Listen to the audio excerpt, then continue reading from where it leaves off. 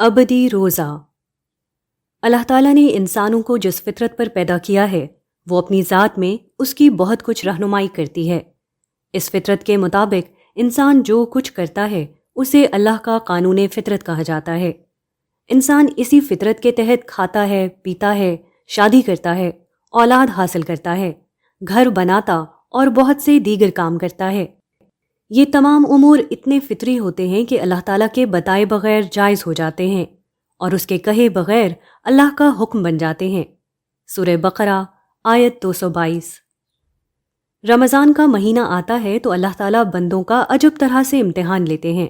وہ اس فطری قانون کے تحت جائز چیزیں یعنی کھانا، پینا اور میاں بیوی کا تعلق ایک خاص وقت کے لیے ناجائز کر دیتے ہیں۔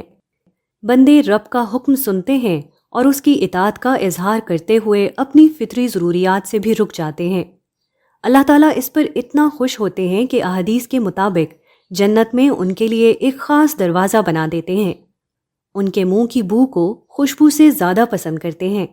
ان کو روزے کی جزا خود دینے کا وعدہ کرتے ہیں اور اپنی ملاقات کے وقت ایک خاص خوشی ملنے کی خوشخبری سناتے ہیں۔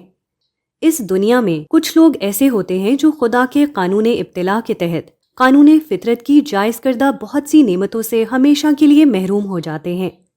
بہت سی بہنوں کی شادیاں نہیں ہو پاتی، بہت سے لوگ معذور رہتے ہیں، بہت سے لوگ عمر بھر مریض رہتے ہیں، بہت سے لوگ تعزیست غربت کا شکار رہتے ہیں۔ ایسے تمام لوگ ابدی طور پر روزے کی حالت میں ہیں۔